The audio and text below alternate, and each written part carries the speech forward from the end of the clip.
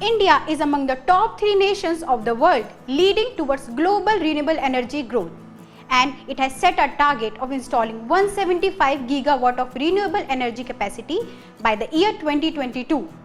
The country has a huge potential of harnessing renewable energy sources with the 5th largest installed solar energy capacity in the world. The government is creating schemes that are aimed at increasing the share of renewable energy in the total energy mix. In an exclusive interview with the chairman and director technical of IREDA, we got to know about the recent initiatives taken by this mini Ratna of the country to advance renewable energy in India. At the 29th Convergence India Expo, the director technical of IREDA briefed us on how IREDA is channeling the newer initiatives in the renewable energy sector.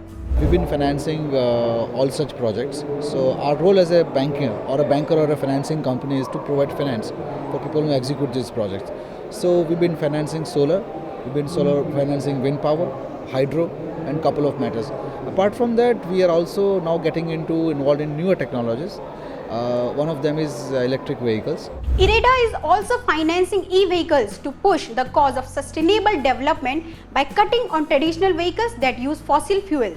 Electrical vehicles, there are three components. One is the manufacturing part, other is the vehicle itself. The third is the infrastructure for charging. So the middle one, which is vehicle itself, you already have bankers and NBFCs doing it. So we are not getting in that space. However, somebody want to set a manufacturing unit to manufacture e-vehicles. We are open to it. We are in discussion with one of the manufacturer to provide money to manufacture those those vehicles. And also, as and when the concessions come out for charging infrastructure, we will be financing those also. So these are the two things that we are looking at. Apart from that, there is a fleet of buses that are getting deployed under the FAME2 program by various municipal corporations. So we are also in touch with a couple of those entities to see if we can finance those. The development of renewable energy sources is crucial in rural India, where it can be harnessed in its potential. Here's what the director has to say on the IREDA's initiatives that are aimed at utilizing renewable energy sources available in rural India. All the solar projects actually are getting set up in rural areas only, primarily. So yes, we are financing those projects also. People have put up distributed mini grids, where essentially you put a solar plant, you create your own grid and supply electricity to the users. So we are financing those projects also. Plus people are getting into creation of a framework of giving home systems on a lease basis. We are financing those also. But obviously we are headquartered in Delhi. We have limitation of reaching out to these areas. So we are doing it to some extent. But yes, I think more needs to be done, and more institutions like IREDA should come up in those areas where we can help them to finance those projects. The chairman of IREDA, Pradeep Kumar Das, tells us about the solar storage system, especially in rural areas, and the massive awareness that we need to create since a huge share of our economy lies there. A couple of days back, in fact, we have sanctioned to this solarizing these pumps. That is again in rural area.